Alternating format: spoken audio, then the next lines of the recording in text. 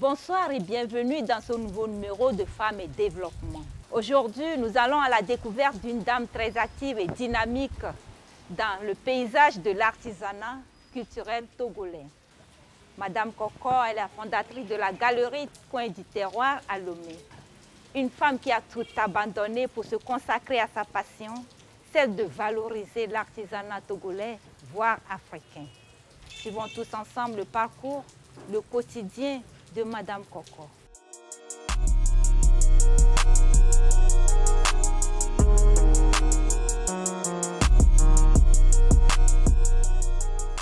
Elle avait de la passion pour les objets artisanaux depuis son adolescence. Quelques années plus tard, Koko Kwinida a décidé d'en faire une activité entrepreneuriale. Aujourd'hui, elle fait partie de ces femmes qui valorisent le secteur en y apportant sa touche personnelle. Le bois est le domaine de prédilection de Kwinida.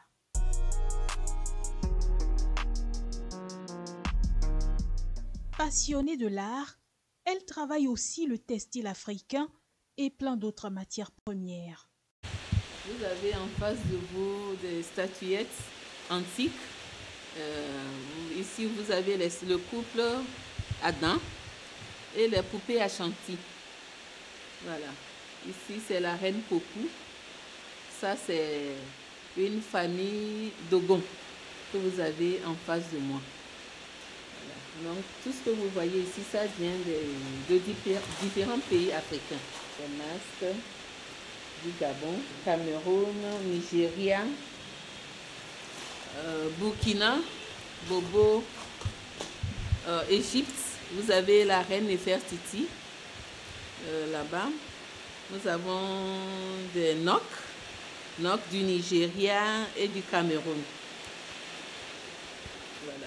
Donc, ça, par exemple, ça vient de l'Afrique centrale, le Congo. J'ai eu la chance de beaucoup travailler. Donc, ça m'a permis de tisser des relations avec des antiquaires et artisans. Donc, c'est ça qui m'a permis d'avoir toutes ces œuvres au cours de mes voyages. Et puis, bon, depuis que je me suis installée, il y en a aussi qu'on m'envoie ici, directement ici. Tous les jours comme ce matin, Koko Kwinida est encore à pied d'œuvre avec ses collaborateurs.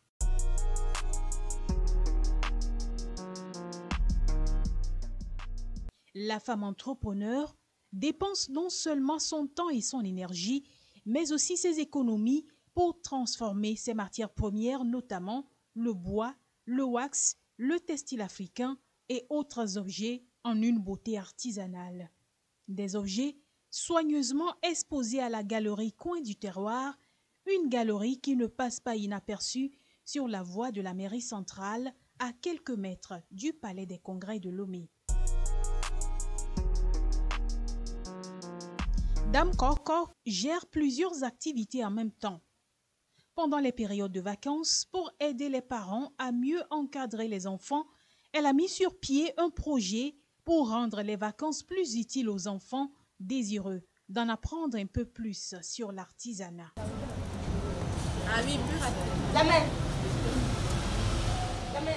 Aux côtés des monitrices, elle supervise les travaux et observe jusqu'aux petits détails.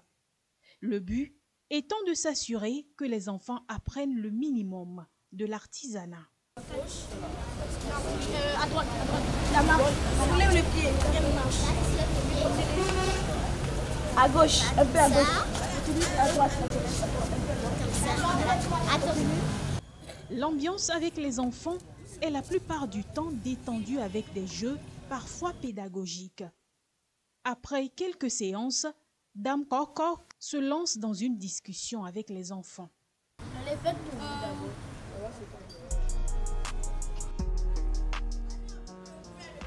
Qui va me dire en quoi consiste ce jeu? D'abord, qu'est-ce que vous avez remarqué? J'ai remarqué l'entraide. L'entraide au cours du jeu. Pourquoi tu parles de l'entraide? Explique-toi. Parce que quand la bougie des gens s'éteignait, on pouvait reprendre ça chez les autres. Et des fois, quand tu prenais chez les autres, leur bougie s'éteignait et aussi Très bien. La patience. La patience. Pourquoi la patience? La patience parce que quand tu te presses aussi des fois, ta bougie peut tomber C'était. avec le vent qui Ok. souffle beaucoup, ça c'est bon. Moi j'ai remarqué que sans nos amis, on ne peut pas y arriver. Sans nos amis, on ne peut pas y arriver. La confiance. La confiance. Si on Pourquoi n'a la pas confiance? en l'autre, ben, on ne peut pas y passer. Parce qu'en passant la flamme, il faut nourrir ses dents. Très bien. Donc, si l'autre refuse de nous passer à son tour, ben, nous on reste divisés. La confiance. L'entraide et la confiance. Est-ce que l'entraide est important? Oui? Tout le monde a dit oui. Qui pense que l'entraide n'est pas importante dans la vie? Personne. Mais est-ce que de nos jours, nous arrivons à s'entraider? On va dire que je suis à l'école Oui. et il y a un de mes camarades dont le bic est cassé. Oui. Et du coup, il demande à tout le monde, mais personne ne veut lui prêter parce qu'il a peur que si je lui prenne mon bic, là, est-ce qu'il va me redonner ça? Il va pouvoir me voler et mentir qu'après c'est son bic. Des fois, quand tu veux aider quelqu'un, ils sont en train de faire semblant pour dire « Oh, mon ami, tu as besoin d'aide, je vais t'aider, je vais t'aider. » Mais au fond même, il n'a pas envie de t'aider quoi. Au fond, c'est comme s'il te déteste et autres. Imaginons que nous sommes à l'école. Maintenant, il y a un de nos amis qui n'a pas compris le cours de mathématiques. Et maintenant, nous, on veut l'aider. Mais au fond de nous-mêmes, on ne veut pas l'aider. Il est orgueilleux. Il se sent supérieur aux autres. L'entraide n'existe plus parce que certains ne veulent pas partager leur savoir-vivre, leur savoir-faire aux autres. Tout est devenu une question d'intérêt. C'est pas vous. Une personne peut te voir, peut savoir que tu es dans le besoin, que tu as besoin d'aide, etc. Mais être là, elle va te regarder. Elle attendra que toi, tu viennes lui demander que oui, j'ai besoin que vous veniez m'aider. Je retrouve la majorité qui trouve que ça n'existe plus. Alors, qu'est-ce qu'il faut faire? Oui, Je me suis toujours promis que quand je serai plus grande, je vais essayer de créer une association très bien. pour les réfugiés, les gens dans le besoin comme ça. On doit essayer d'être humble d'abord, ne pas se sentir supérieur aux autres et puis on doit avoir confiance en l'autre. D'accord. Confiance et l'humilité. On ne doit pas penser que tu es supérieur à l'autre. Parce que tu peux avoir des problèmes, perdre tout ce que tu as et c'est ton ami que tu vas rencontrer sur le chemin. Véhiculez ce message autour de vous. Nous savons l'importance de l'entraide, donc on va continuer par s'entraider.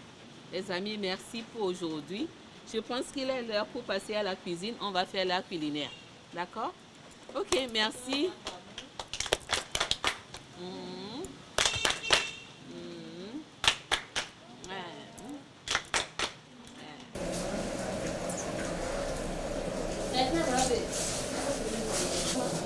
On va manger la pâte avec la sauce de tomate.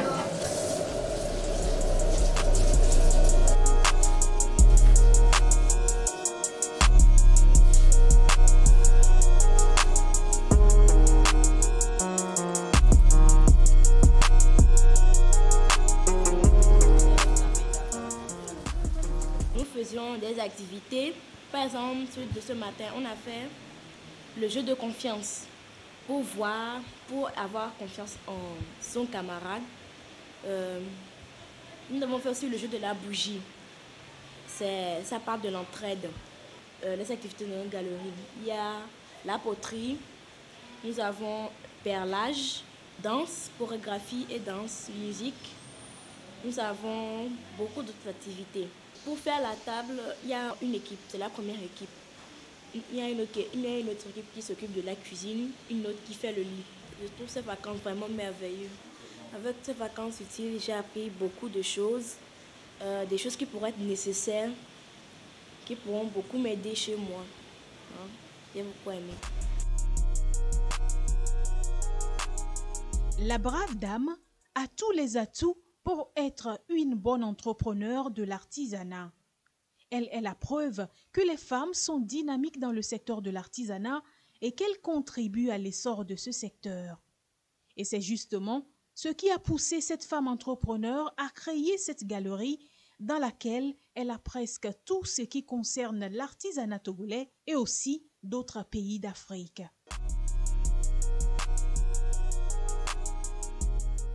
Parmi ses collaborateurs, Léa et Armand, également dynamiques et passionnés de l'esprit entrepreneurial et la rigueur dont fait preuve Coco dans son travail. Pour eux, elle est un exemple à suivre. Nous vivons ici comme une famille. Nous avons l'habitude de dire que la galerie Coin du Terroir, c'est notre village. J'ai même voyagé grâce aux expositions que nous avons faites dans différents pays. Le projet de Vacances Utiles est le côté social de la galerie. À part ces enfants, la galerie travaille avec d'autres établissements. Nous essayons de les apprendre à faire un peu de tout ce que vous voyez ici. C'est plus pour les occuper pendant les vacances. Au lieu de rester sur les smartphones, les téléphones et tout, on a élaboré ce projet pour pouvoir les apprendre à faire quelque chose et à valoriser la culture togolaise. Nous avons déjà commencé par représenter la galerie à l'extérieur. Non seulement pour la galerie, c'est pour le Togo aussi. Le nom du Togo voyage à travers la galerie. C'est de valoriser tout ce que nos artisans font. Aimer consommer le local. Il y a des artisans togolais qui font vraiment de jolis sacs. Au lieu de valoriser les marques des étrangers, je préfère valoriser les marques togolaises. Et madame, elle a abandonné son travail pour réaliser son rêve. Et c'est un courage parce que le travail le poste qu'elle occupait, c'est pas tout le monde qui peut laisser ça pour venir investir, construire quelque chose. Elle a commencé petit et aujourd'hui nous sommes là. Donc je peux dire qu'elle est comme une source pour moi, une motivation pour moi. Elle a une grande passion pour l'art et elle avait voulu mettre ça en exergue en créant quelque chose. C'est ce qui a fait que de joindre l'acte à l'action, elle a créé cette galerie pour réaliser en quelque sorte son rêve de voir ce qu'elle aime, ce qu'elle admire, se faire voir. Et voilà, ça fait déjà 2 ans, 3 ans pratiquement qu'elle est dans cette activité. Son ambition, c'est de voir cette société grandir et que tout Togolais qui passera devant sa maison, devant cette boutique-là, n'hésite pas à rentrer et voir qu'il y a des belles choses qui s'y passent. L'artisan togolais doit encore persévérer, qu'il soit courageux. Son art finira par être connu non seulement au Togo, mais partout dans le monde. Nous avons une potentialité qui va aller au-delà de notre continent. Donc, tout ce qu'on peut souhaiter, c'est de la persévérance. Les femmes sont aujourd'hui dans presque tous les secteurs et font le poids aux côtés des hommes. Coco, elle, a choisi l'artisanat et elle s'est fait une place dans le secteur. Son objectif, c'est d'impacter positivement d'autres femmes par le biais de l'artisanat et les amener à s'épanouir et à jouir d'une autonomie financière comme elle en jouit actuellement.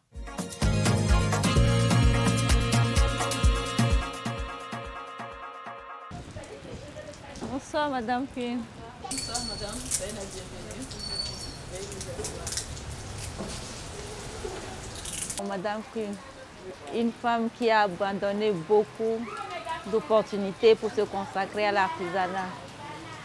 C'est ce que votre histoire révèle. Qu'est-ce qui s'est caché réellement derrière cette décision?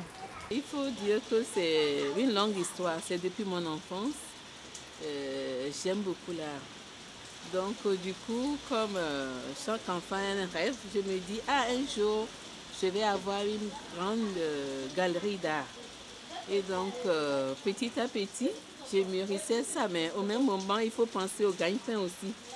Donc, j'ai eu à faire pas mal de choses avant d'arriver là.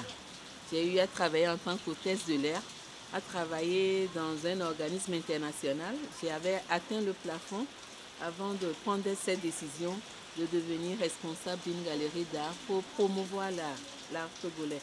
La promotion de l'artisanat au Togo. Et si on sillonne votre galerie, c'est au-delà du Togo.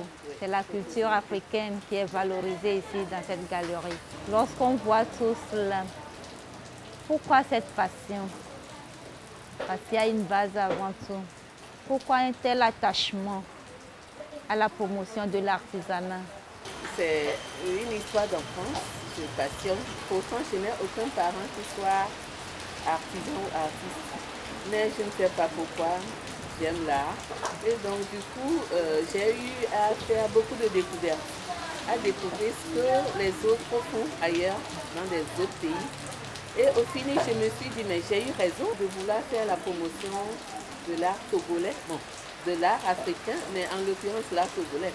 Parce que la particularité de l'art togolais, c'est que le Togolais, naturellement, il a un savoir-faire qui est naturel, sans formation. Maintenant, qu'est-ce qu'il faut faire? Il faut l'aider à perfectionner tout ça, à atteindre vers l'excellence. Donc, c'est, disons, cette touche-là que la galerie apporte aux artistes et artisans. Et au-delà de la galerie, expliquez-nous un petit peu votre attachement social. En fait, c'est l'art social et culture que j'ai mis sur notre plaque.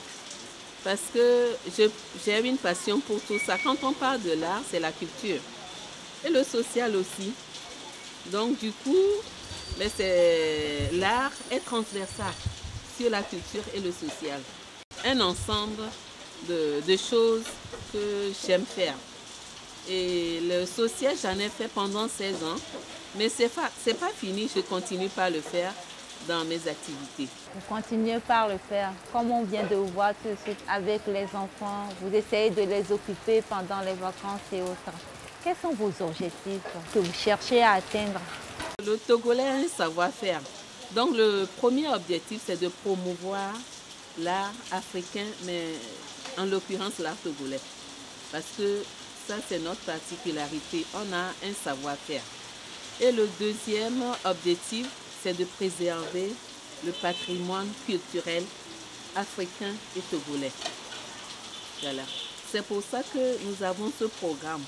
Les enfants, vous savez, pendant les vacances, c'est un moment de distraction. Et donc, on se dit, mais pourquoi ne pas, disons, les entourer à apprendre? On s'amuse hein, tout en apprenant à faire des choses qui soient, disons, bénéfiques pour leur éducation. Voilà pourquoi nous avons choisi et disons mettre en place ce programme que nous avions dénommé Vacances utiles. On fait pas mal de choses. Et depuis combien d'années vous avez commencé? La galerie est ouverte en 2021 et la première édition du programme Vacances utiles aussi a commencé en 2021. On a commencé avec les enfants pendant les vacances. Et donc nous sommes à notre 3e édition. 3 ans, c'est beaucoup. Oui. C'est beaucoup. Et les enfants ont pris goût à chaque vacances? À chaque vacances, ils veulent venir, mais des fois, les parents les occupent à faire autre chose. Il y en a actuellement, ils sont en vacances chez les grands-parents. D'autres font des programmes de renforcement comme l'anglais, etc. Mais sinon, on est en contact avec eux. Il n'y a pas de réalisation sans difficulté. Quelles sont les difficultés majeures que vous rencontrez dans l'exercice de ce projet? Les difficultés, les défis sont énormes. D'abord, l'art, ce n'est pas encore la culture des Togolais. Hein. Les gens ils regardent, ils trouvent que c'est joli, ils prennent des photos, mais pour acheter, c'est tout un problème. Mais par contre, ici, nous avons des articles qui sont à 500 francs. Nous faisons la promotion. Et donc, on ne vise pas d'abord l'argent. C'est promouvoir. Il faut que les Togolais consomment ce que nous faisons. Parce que c'est de bonnes choses, des choses durables. Donc, il y a d'abord ce défi. Le commerce, la vente, ce n'est pas encore ça. Le deuxième défi, c'est par rapport à mes artistes et artisans. La plupart ne comprennent pas qu'il faut avancer dans ce ils ont l'habitude de faire. Donc du coup, quand tu leur donnes des idées, des fois c'est difficile. Je les comprends parce que c'est un travail rudimentaire qu'ils font avec les mains. Ils ont besoin des outils pour faire mieux. Mais je pense qu'il faut toujours commencer avec les mains. Et dans nos ambitions, on ambitionne avoir un atelier et recruter des artisans pour travailler pour nous. Et le troisième gros défi, c'est le défi du personnel. Souvent, quand j'entends des gens dire qu'il n'y a pas de boulot, je rigole. Je dis, mais tout ce qu'il y a à faire, les gens ne voient pas. Et qu'est-ce qu'ils appellent boulot? J'ai des problèmes de personnel. Les gens ont le savoir-faire, mais quand tu leur donnes le travail, ils ne font pas. Quelles sont vos perspectives d'avenir? Qu'est-ce que vous projetez pour la galerie Coin du Terroir? Notre perspective d'avenir, c'est de passer de l'artisanal à l'industriel. Et pour ce faire, il va falloir que la population nous aide. Il faut que les Togolais comprennent qu'ils doivent consommer leurs produits. Parce que les étrangers, ils le font. Ils apprécient tout ce que nous faisons ici. Maintenant, il faut que nous, les Togolais, même avec 500 francs, à la galerie Coin du Terroir, vous trouverez quelque chose. Faire des petits cadeaux, on a plein d'idées cadeaux ici. Donc, j'exhorte mes frères et sœurs à s'intéresser à ce que nous faisons. Et c'est ça qui va créer de l'emploi à nos artistes et artisans. Et avec ça, nous pensons aller à une échelle supérieure, c'est-à-dire aller à l'industrialisation. C'est-à-dire si nous avons des outils adaptés, on pourra produire en grande quantité et, disons, le vendre partout dans le monde entier. Si vous avez un conseil aujourd'hui à l'endroit de la femme togolaise, de la jeune fille, particulièrement à l'endroit de la femme qui cherche à œuvrer dans l'artisanat, qu'est-ce que vous aurez à lui dire? Merci. L'artisanat, c'est un domaine qui n'est pas facile, surtout pour les femmes. Et les femmes, elles s'abandonnent, enfin, des fois, quand elles sont dedans, elles se découragent parce que la plupart de ceux qui le font sont des hommes. Mais je pense que la femme pourra mieux faire l'artisanat si elle s'adonne, si elle se donne du sérieux et puis elle s'ouvre à découvrir, à aller de l'avant. Je pense qu'elle fera une bonne carrière dans ce domaine. Surtout la patience, parce que sans la patience, on ne peut pas.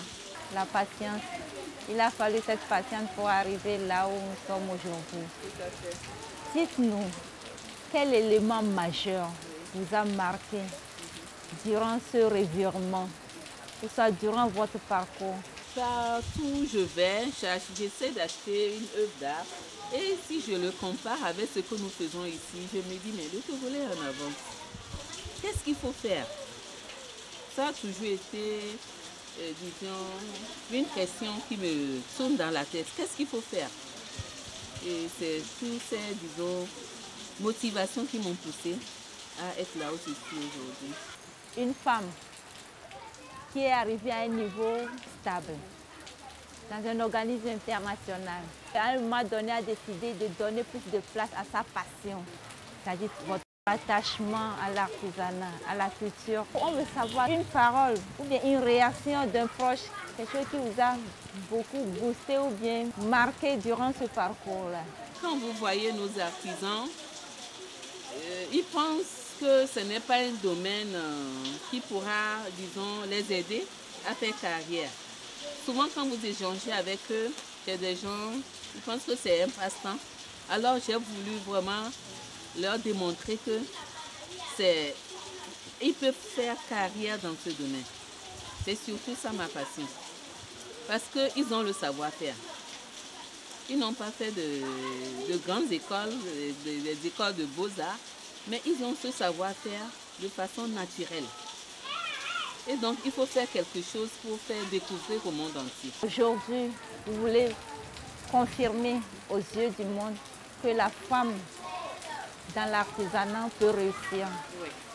Elle peut réussir comme il se doit, gagner son pain quotidien, vivre et pouvoir réaliser. Oui, je le dis puisque ailleurs, c'est comme ça se passe. Les femmes vivent aisément avec l'art, avec l'artisanat. Donc pourquoi pas les Togolais? Oui, on peut le faire. On peut le faire mieux que les autres. Et même avec l'artisanat, on peut même booster notre économie. Donc, j'encourage tous ceux qui sont dans ce domaine. Et surtout les jeunes qui veulent, disons, embrasser le domaine, de le faire sans crainte, car c'est prometteur. Votre mot de fin? J'exhorte la population togolaise à venir découvrir la galerie Coin du Terroir, voir tout ce que nous faisons. Merci Madame Coco. J'espère qu'à travers vos connaissances, votre partage d'expérience, beaucoup de femmes dans l'entrepreneuriat ou disons dans l'artisanat saura retrouver son chemin à suivre. Celui d'être déterminé, parce que c'est la détermination qui a parlé à ce niveau. Merci infiniment Madame pour ce partage de connaissances. Merci beaucoup. et à tout moment. Chers téléspectateurs, nous sommes à la fin de ce numéro de Femmes et Développement. Bonne suite de programme sur la télévision togolaise, la chaîne mère. Courage à toi aux femmes d'Africa, femmes battantes, femmes vaillantes, femmes soumises, femmes polies. L'éducation est laissée à ta charge, le foyer à ta charge. Malgré tout, tu es maltraité, tu subis des violences conjugales.